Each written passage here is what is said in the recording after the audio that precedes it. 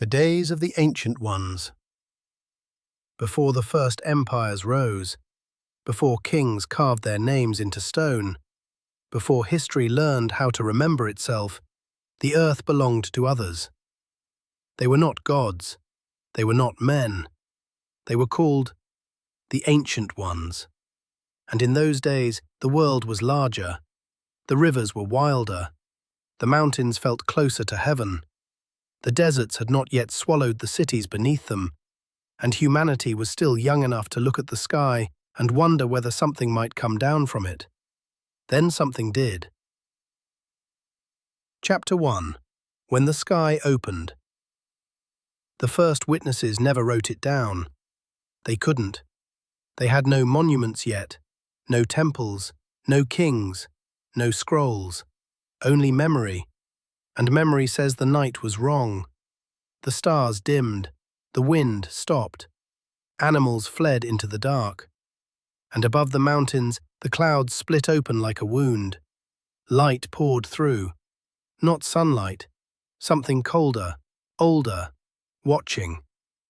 Figures descended through the storm.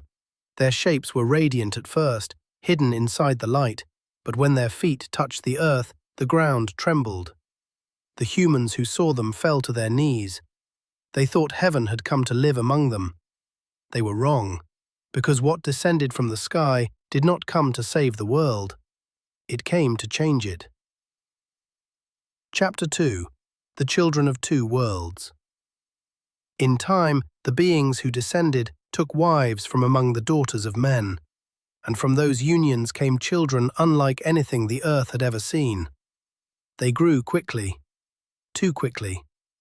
A child only a few seasons old could lift what grown men could not move. A boy could pull trees from the ground by their roots.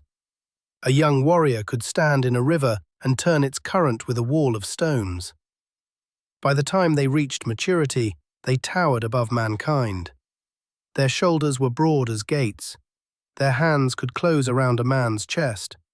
Their voices carried across valleys. Humans whispered names for them. Giants, mighty ones, men of renown. But among themselves they had another name, the Ancient Ones. They believed they were the rightful heirs of Earth, not because they had earned it, because they had been born above it. Chapter 3.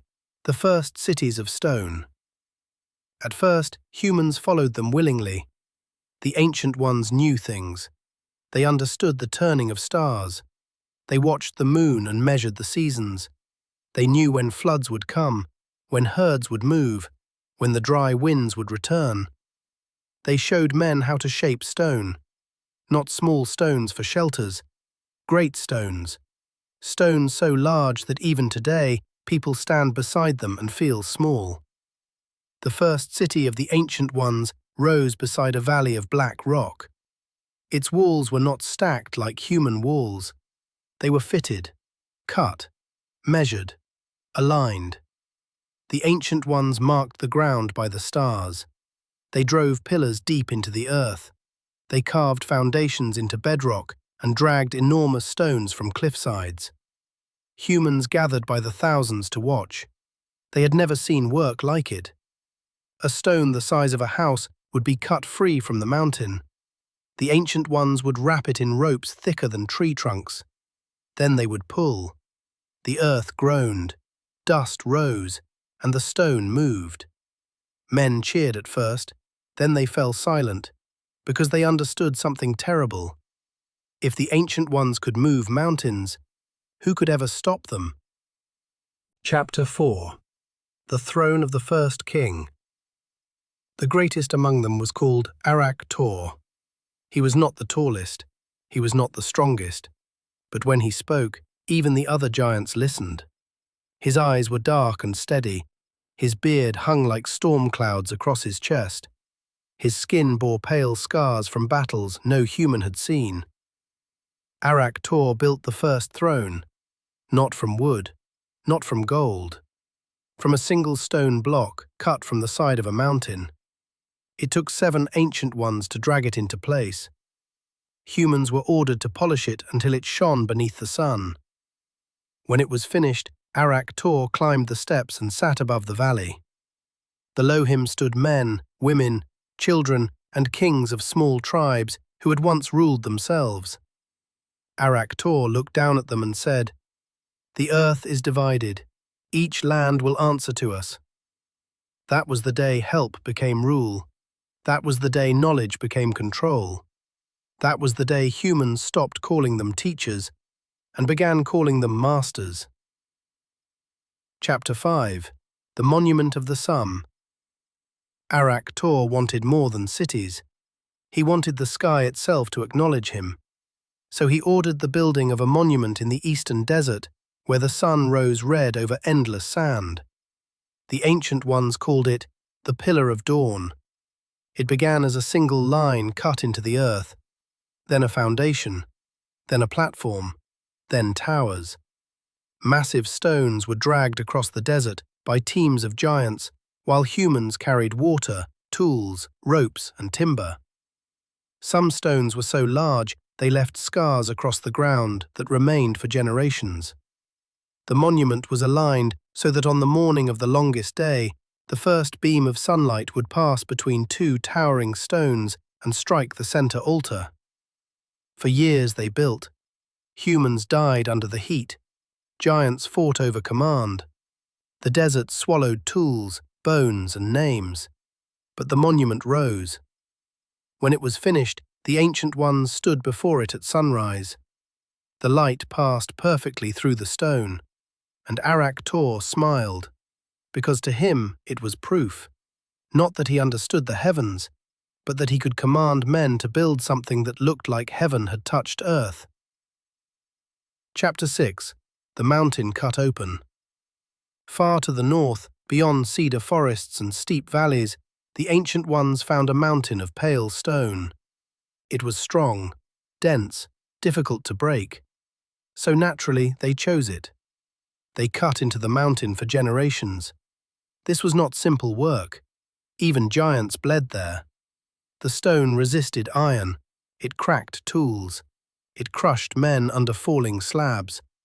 But the Ancient Ones wanted foundation stones larger than any ever placed before. They carved trenches around blocks so massive that human minds could barely understand them. One block alone was longer than a village road.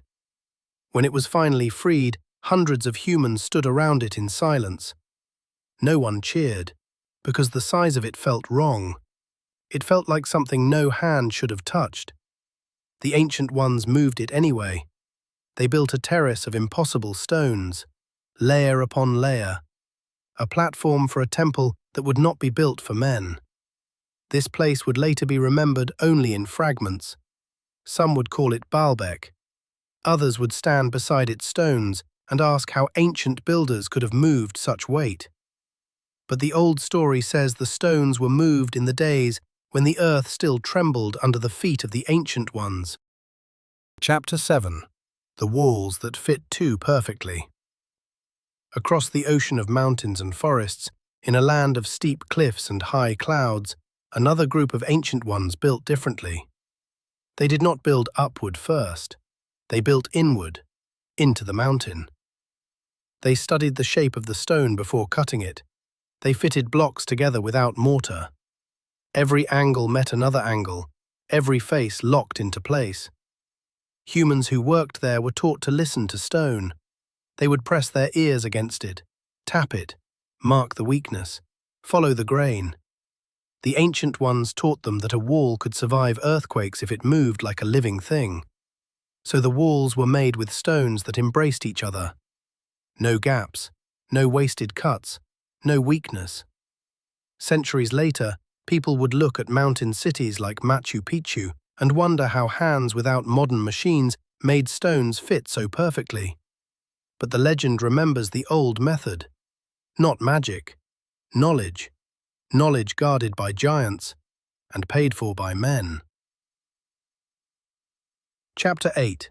The Great Pyramid of the Western Desert. There was one monument greater than all the others, a mountain made by hands. In the Western Desert, where the land burned gold beneath the sun, the Ancient Ones began their greatest work. Not a temple, not a palace, not a fortress. A marker, a signal, a stairway of stone aimed at the heavens. The humans called it madness.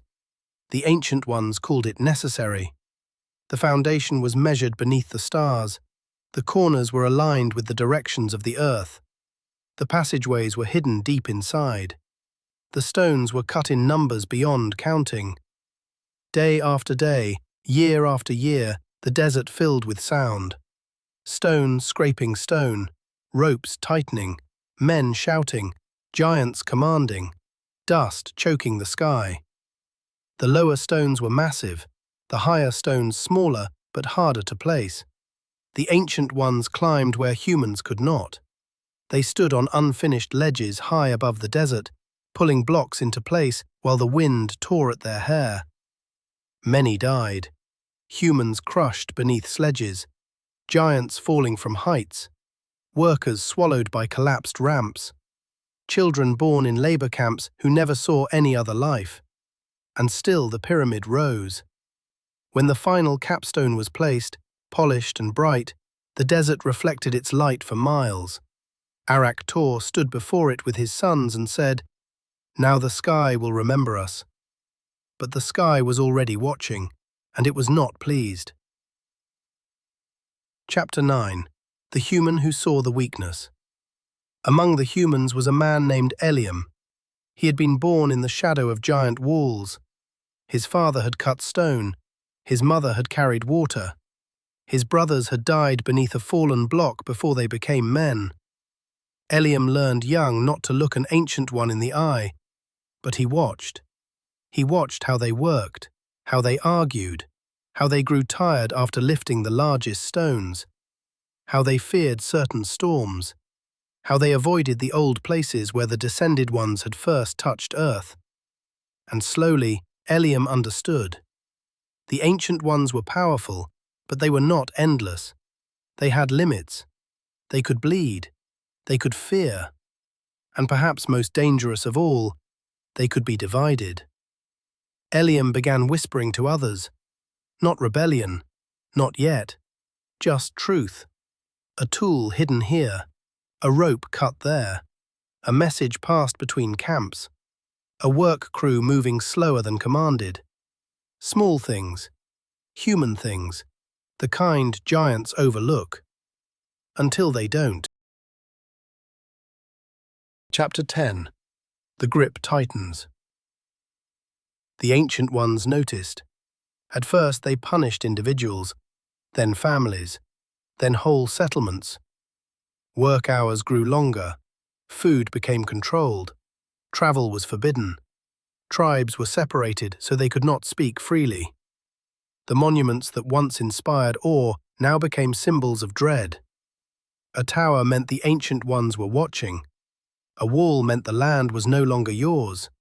A road meant armies could reach you faster. A temple meant tribute was due. The world became organized, measured, owned. And everywhere, humans felt the same thought growing inside them. This cannot last forever. But the ancient ones felt it too, and fear made them cruel. Chapter 11. The War of the Bloodline. The ancient ones did not fall first because humans rose against them. They fell first against each other.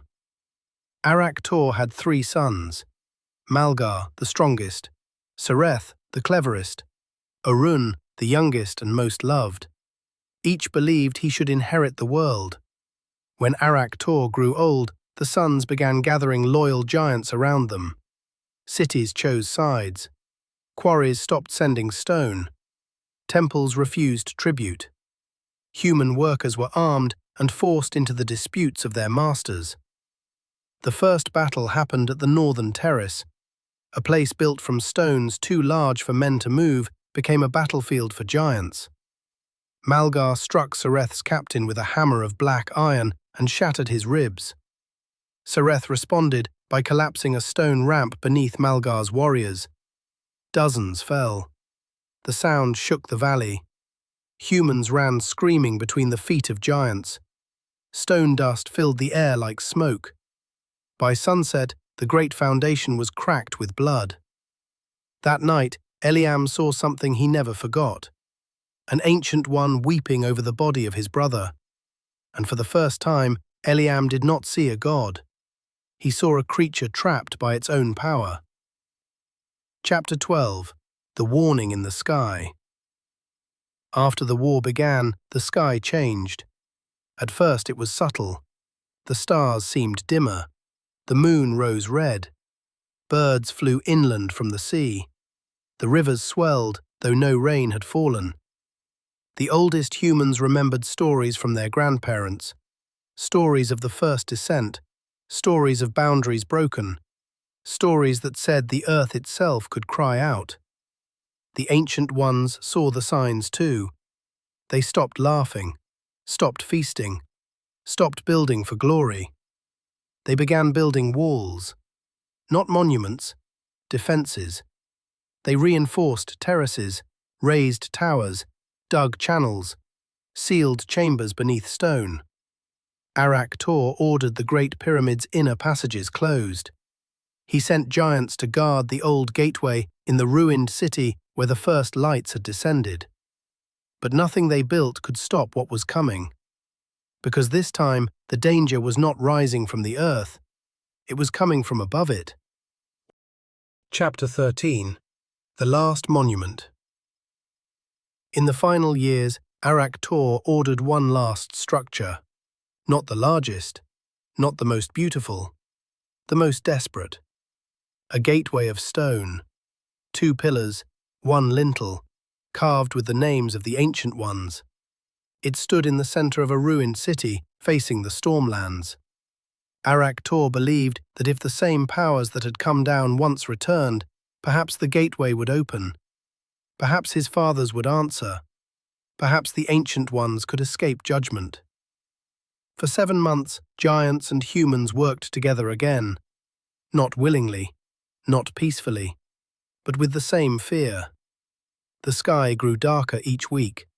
Thunder rolled without rain. The ground shook at night. The sea withdrew from the shore and returned angry. Eliam worked on the gateway. He carved symbols he did not understand into stone taller than houses. One evening, he saw Arak-Tor standing alone beneath the unfinished lintel. The giant king looked old. Not weak, old, as if the weight of every monument had finally bent him. Eliam expected anger. Instead, Arak-Tor spoke without turning. "You hate us." Eliam said nothing. Arak-Tor nodded. "You should." For a moment, neither moved. Then the giant king whispered, "We were never meant to stay." Chapter 14. The day the giants stopped building. The final day began without sunrise. The clouds covered the world from horizon to horizon. No birds called, no animals moved, no fires burned cleanly. At the Great Pyramid, workers abandoned the ramps. At the northern terrace, giants left stones hanging from ropes. In the mountain cities, tools were dropped beside unfinished walls. Everywhere the ancient ones looked upward. For the first time in human memory, they were afraid. Malgar gathered warriors and shouted that they would fight the sky itself. Sereth sealed himself beneath stone with scrolls, weapons, and stolen knowledge. Orun walked among humans and told them to flee to high ground. Arak-Tor went to the gateway. Eliam followed, not because he was ordered, because he needed to see how the age would end. Chapter 15. Removed. The storm opened above the gateway, not like clouds parting, like reality tearing. Light poured down, but it was not warm. The ancient ones gathered around the stones. Some stood proud, some knelt, some screamed into the wind. Arak-Tor lifted his hands toward the sky. For one moment, he looked like a king again. Then the light touched him. He did not burn. He did not fall. He vanished. One by one, the ancient ones disappeared, not fading, not dying, removed.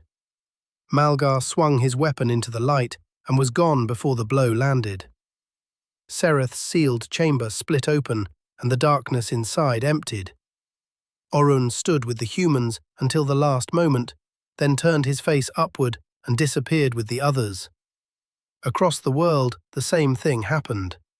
At the pyramid, at the mountain walls, at the terraces of impossible stone, at the buried cities beneath the sand. The giants were there. Then they were not. And when the light withdrew, the storm broke. Rain fell harder than any rain in memory. The rivers rose, the valleys filled, the monuments drowned in mist, and the age of the ancient ones ended. Chapter 16. What Remained. When the waters withdrew and the storms passed, humans came down from the high places. They found the world changed. The camps were empty, the thrones abandoned, the tools left where they had fallen. In the mud, giant footprints filled with rainwater. In the quarries, stones remained half-cut. In the cities, meals sat untouched beside cold fires. The ancient ones had ruled the world. Then they were gone. No graves, no bodies, no final battle, only stone. Humans did what humans always do. They survived. They built smaller homes among giant ruins. They told stories around fires. They warned their children not to go near the old gateways. They gave new names to ancient places. Over generations, memory became legend. Legend became myth. Myth became something scholars could dismiss. But the stones remained. The great foundations, the impossible walls, the mountain cities, the desert pyramids, the gateways beneath storm-dark skies. And sometimes, when the wind moves through those ruins, it sounds almost like a voice, not calling, remembering.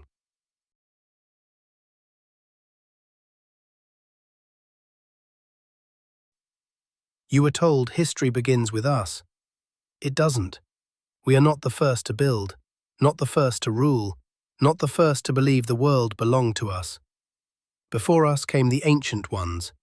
They carved the earth, raised monuments to the sky, ruled mankind from thrones of stone, and then they were removed. So when you stand before the largest monuments in history, when you look at stones too heavy, too precise, too strange, ask yourself one question. Are you looking at what mankind built, or what mankind inherited? Because some ruins are not ruins.